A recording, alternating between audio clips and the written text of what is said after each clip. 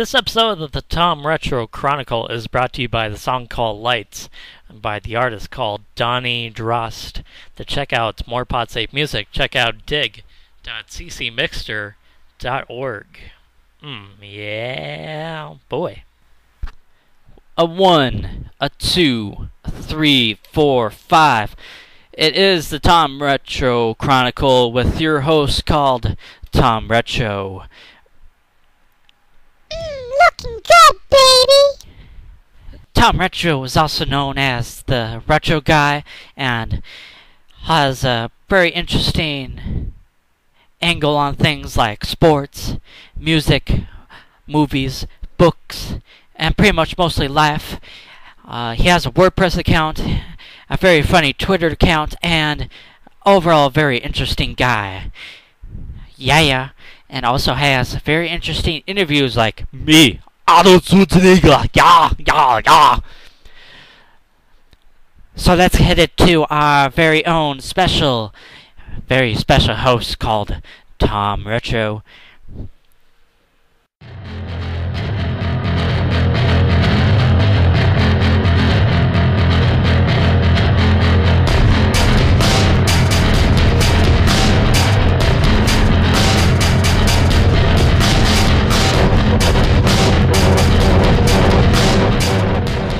Yeah, listen to that power. Yeah, what's up? And welcome my friends to the show that never ends. Welcome to the Tom Retro Chronicle episode 21. I am taping this on a very, very sunny afternoon here in the old Fargo, North Dakota. It is Thursday, April 25th of the year 2013. So it's for pretty much the first time in about almost a week, we actually have sunlight here, so it feels pretty good. It's supposed to get into the 60s sometime on Saturday, so finally spring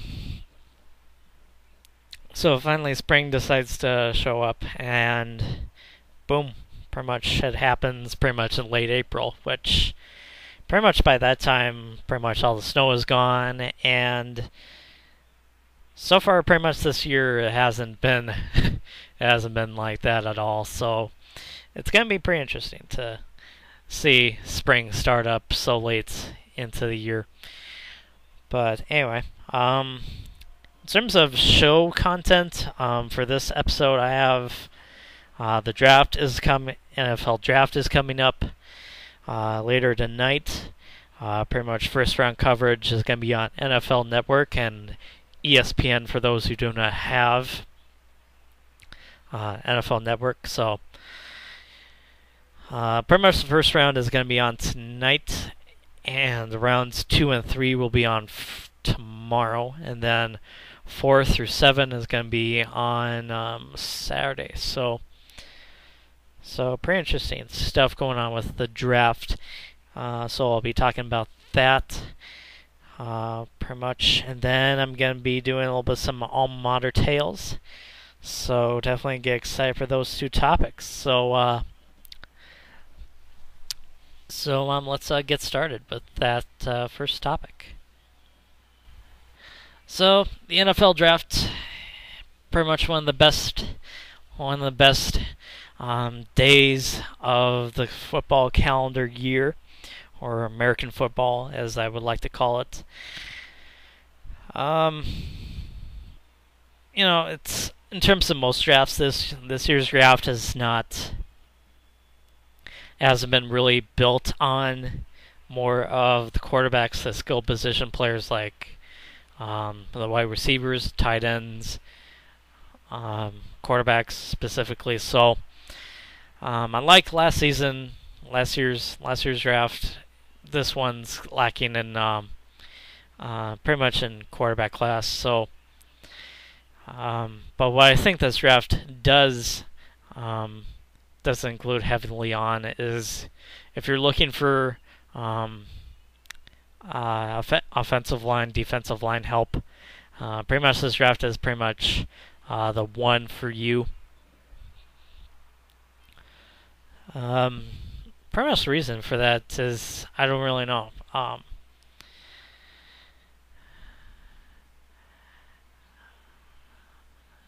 don't know, I think one of the more underrated positions in football is pretty much the offensive linemen. I mean, the offensive tackles, the guards, the centers. So, pretty much the reason for that is pretty much, I mean, basically the job of the offensive lineman is to create holes for the running back so that they can get through to get major yardage, and to basically protect the quarterback from getting sacked or getting hit or more or less getting injured. So they tend to this draft is definitely quite the draft for those kind of players. I think also leans heavily on is the running back position. You have Monte Ball from Wisconsin. You have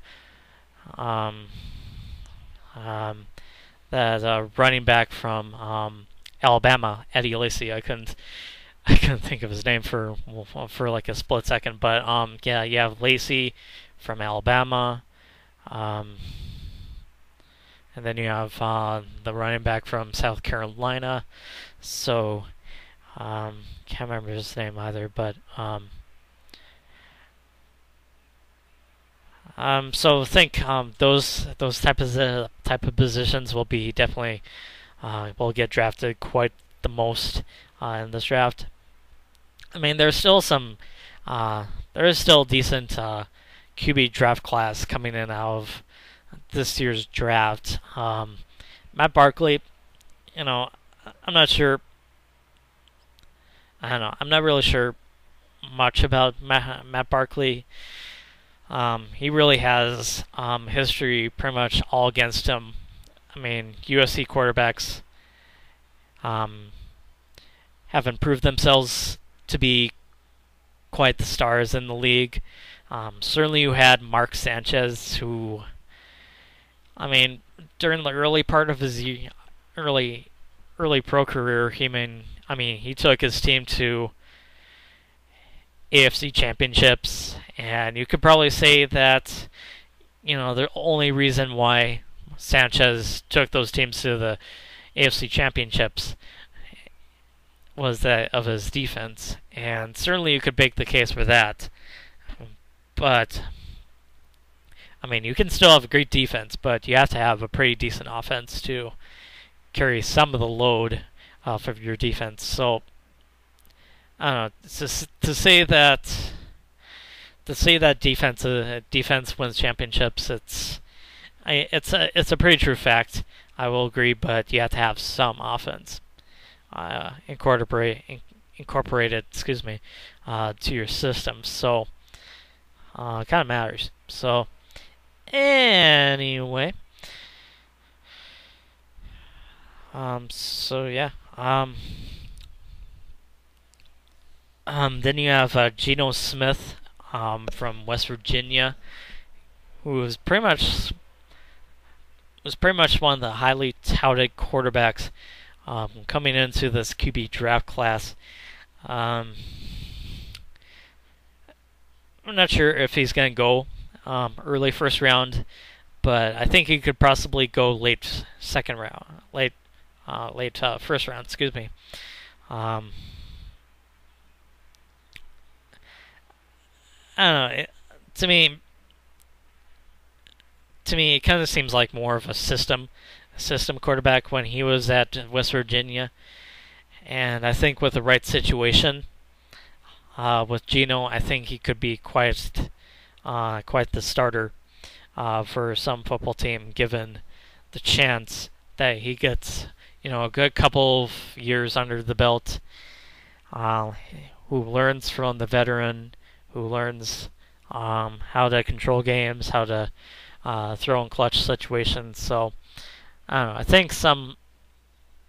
I think maybe some other team that has a veteran quarterback that is trying to that is trying to find the quarterback for the future, and I think quite possibly that Geno Smith could be the quarterback for the future for pretty much any team that's trying to look for a quarterback that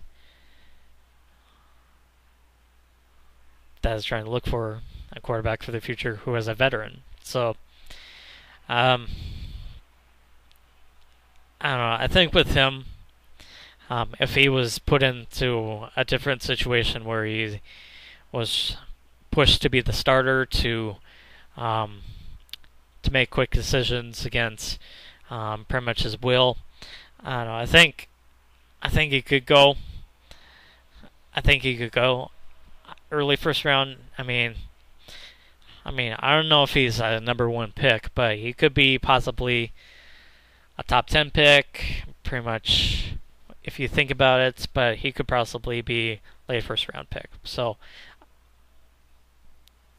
I don't know. I think if he was put in the wrong situation, where, he wasn't given a whole lot of weapons like in wide receivers or tight ends, if he had a head coach that was fired the season before or was pretty much in the hot seat. So I don't know. Excuse me. So I don't know about Geno Smith. I think he should go late first round. I think if he goes later than the first round, I'll be pretty surprised about that. So anyway, let's see. Trying to think of some other things I want to talk about. One point I kind of want to make is perhaps maybe those who are casual fans of football and may not know what the draft is. Pretty much in layman's terms, try to think of the NFL draft as a draft that's it's kind of like a job interview. I mean, certainly you have, the doctors, you have your doctor, your cook, your chef, your lawyer, and pretty much try to think of those occupations as a position in football. Like a doctor is a quarterback. So if you're if you're a highly touted like doctor coming out of med school, like I don't know what the top doctor colleges are around this nation, but if you're a highly touted doctor coming out of Duke, the Duke medical school. Not saying that Duke has a medical school or not, but I've heard I think they have a medical school over there, but I'm not sure. But anyway, if you're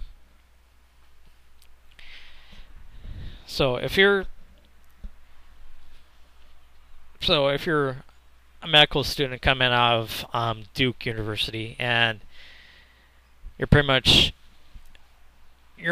looking at different hospitals that are trying to fit the needs of the hospital, trying to get someone new incorporated into the system. Yeah, you see where I'm trying to go with this. So I don't know. It seems to me that it's kind of like more of a job interview. I mean, if you're a company, what you're trying to look for an employee, like a doctor, you're pretty much looking at a doctor as someone who graduated the top of their class, who did extracurricular activities like track and field, some other like stuff like that. So,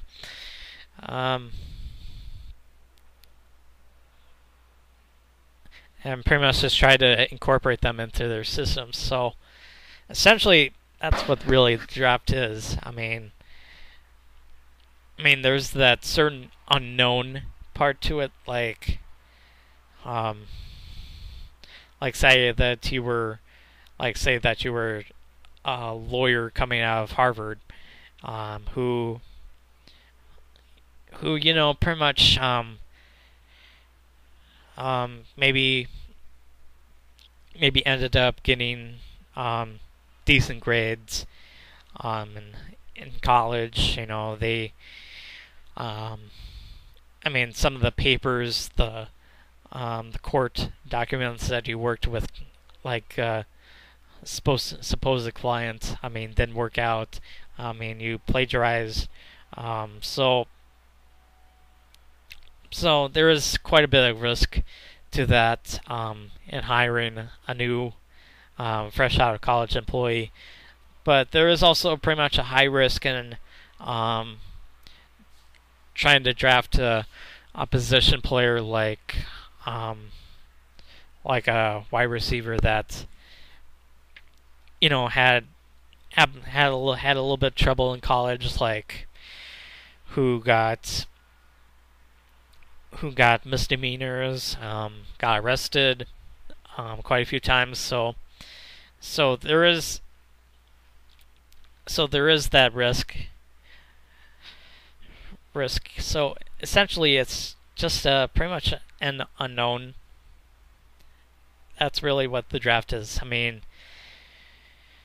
There's a high risk, but there's also high reward in what you pick. You really just have to look out for the best player that you want for your team, and pretty much just pray that you might actually get lucky. And pretty much the average career of NFL player is, I'm trying to remember, it was like 3 to 5 years. That's pretty much the average career span of an NFL player. So, if you can get at least 5 years out of a prospect out of this year's draft, you did a pretty good job with it. We're not looking at the Tom Brady's, the Peyton Manning's, the Jerry Rice's of the world, but you can never really tell about what happens in draft until you really look at it a couple of years afterwards. I've heard pretty much I'm inserting a Jamarcus Russell reference in this, so if you're a Raider fan listening to this, I think you might wanna mute this part. But coming out of when was he drafted? Was it 2008 when Jamarcus Russell was drafted? But certainly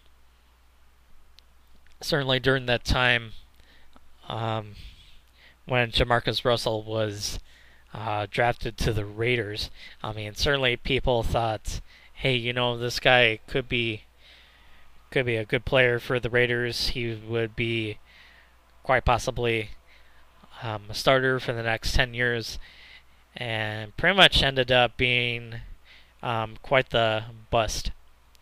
And for those who do not know what a bust is, it's pretty much a player who pretty much never really lived up to his potential. Essentially, a bust happens pretty much more so in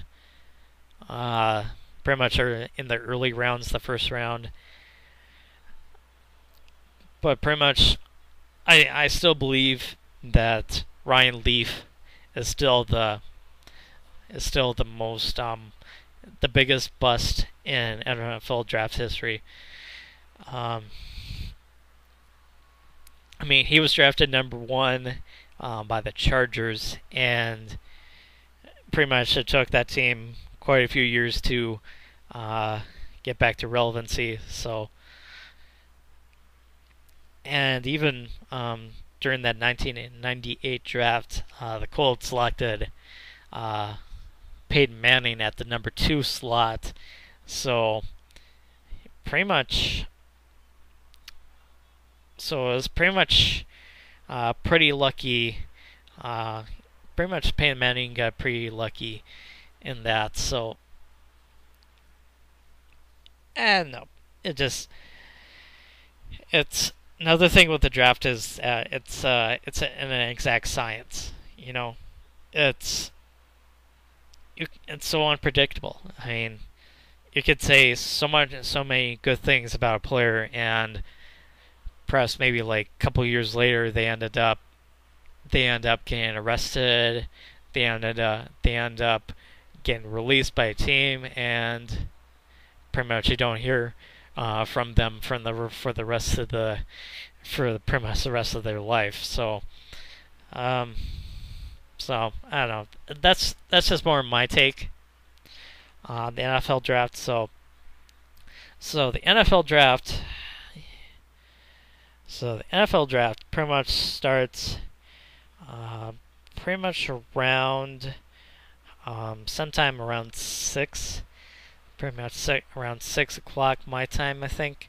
It might be 7 o'clock my time. So you'll have to check your local listings for that. So anyway, in terms of Packers, pretty much Packers are just pretty much an either a running back or a lot of defensive help or offensive line. So anyway, on to the next topic. So anyway, for this second topic, I was supposed to record this sometime yesterday, but quite a few things stalled my way from doing so. So I apologize for that. But anyway, I'm not really going to talk about what happened yesterday. So anyway, I mean, it's nothing serious or anything like that. It was just a certain roadblock, essentially. So anyway, anyway, for this edition of the Alma Mater Tales, I believed I talked about either it was pretty much during the early few episodes of the Tom Retro Chronicle or my previous podcast, or I believe it was called on Darth Retro Podcast. So anyway, I'm sidetracking here, but essentially, I believe I talked about that. I had broken my humerus bone on Leap Day, so that was last year. So I don't think I believed I talked about that a whole lot. So that's pretty much what I'm kind of talk about for pretty much the last 10 to 15 minutes of this episode. So essentially it happened. The whole breaking my humerus thing happened around pretty much around 2:30, 3 o'clock, somewhere around that time on Leap Day of the year 2012. So pretty much when you really think about it, I mean, you think, gosh, of all days, pretty much of all days in the year or 4 years, I happened to break my humerus bone. So essentially what happened was me and a friend were going to go out to the mall, and what happened was we were supposed to get a huge blizzard, but it never really came. So but the streets, the streets in the parking lot was pretty much really pretty icy. So somehow or another, during that time, I was wearing a hoodie because it was actually kind of pretty warm outside, like 30 degrees. Um, Somehow or another, I had my hands in my pockets while it was absolutely really slippery outside in the parking lot. So essentially, once I fell on the ice and landed on my back, pretty much. That was the other thing that that landed pretty awkwardly. Pretty much, so I don't know. Either my body landed awkwardly against my left humerus bone, and pretty much it just snapped. And pretty much all I remember was that it was a whole lot of pain. Whole lot of pain. Oh my goodness. So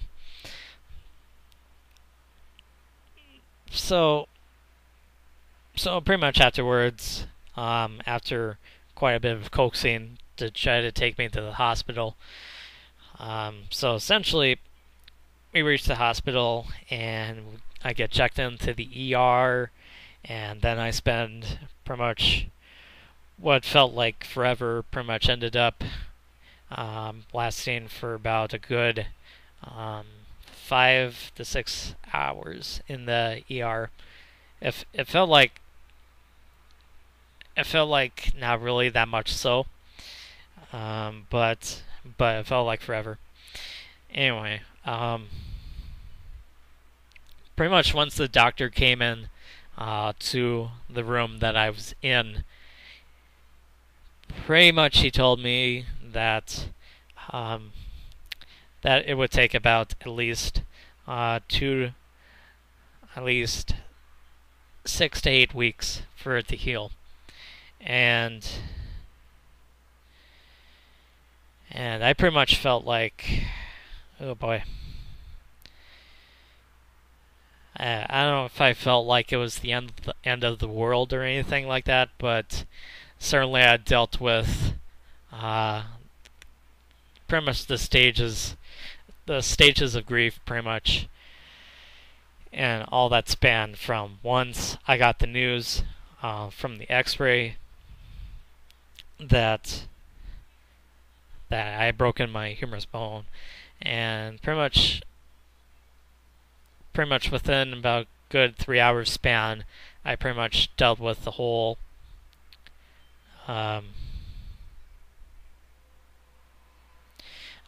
stages of grief, like pretty much the last one is the acceptance, and pretty much once that happened, it was a hard thing to deal with when it came to acceptance. So once I got out of the hospital, I mean, it was kind of pretty much once I got out of the hospital, they gave me a medicine which was called oxycodone, which I wasn't told earlier that I was supposed to take it with food, but essentially I took the medicine pretty much without food, so it really tasted. Oh man, I think I can still taste it, but it's essentially the worst tasting medicine that you could possibly ever taste. It absolutely tasted nasty. It was. Oh man, I think I still taste it in my mouth, but anyway, pretty much that first night was pretty difficult. But pretty much once the second day came, pretty much I was given a brace because I didn't really I broke it, but it wasn't separated from pretty much the rest of the body, so it was able to basically heal on its own without surgery. So I was given a brace for my arm, as well as like a sort of like a vest with a connector to my hand, so that it would support my left arm. So on its own. So pretty much that first week was pretty much the most hardest, because I couldn't. Because if I didn't take the medicine, basically, like trying to get out of bed. On a side note, before the injury, I was on a top bunk, and my roommate was on the bottom bunk. So, pretty much out of nice care. Pretty much, he gave me his bottom bunk, and he slept on my top bunk. So it was pretty nice of him to do that as well. Still a really great roommate anyway. But anyway, pretty much the most hardest day was pretty much the Saturday. The Saturday after it happened, pretty much I was walking to get something to eat, and pretty much as I walked, all I could feel was like muscle spasms, like tense muscle spasms. Like if you ever go out for a run, or go for like a hard workout, that's pretty much what it felt like a huge, severe muscle spasm. And it lasted for a good while. And pretty much once the second week started to come, it started to get a little bit better, but it was still getting pretty frustrating to deal with. So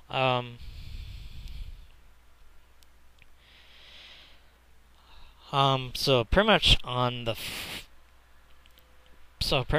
Friday of the second week, I was pretty much the blood was starting to go down into my hand, so I began to feel so there was quite a bit of swelling in my arm and pretty much in my hand. So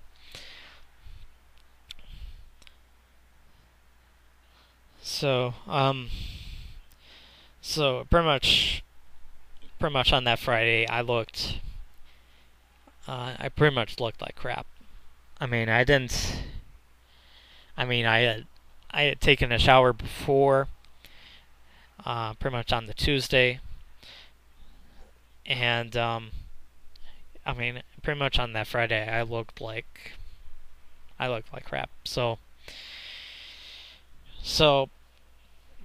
it was pretty lucky for me to have the third week be my spring break, and pretty much all I did was just try to recover. Pretty much all I did was just sit at home, eat, and sleep, and pretty much all in that order for that week, from pretty much Saturday to towards the Saturday after that. So pretty much after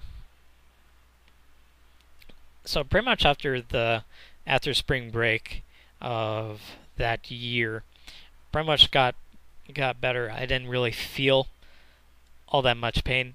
There might have been maybe a little bit slight discomfort, but pretty much all the bad stuff was pretty much past. And for those who probably don't know, that I write with my left hand, so it was a little bit of an interesting adjustment to get used to writing with my right hand. and I'm also ambidextrous. So in case you don't know, so yeah. And pretty much the whole reason why I'm talking about this is yesterday. Yesterday was the day that I got the brace off of my hand, and that I was pretty much essentially healed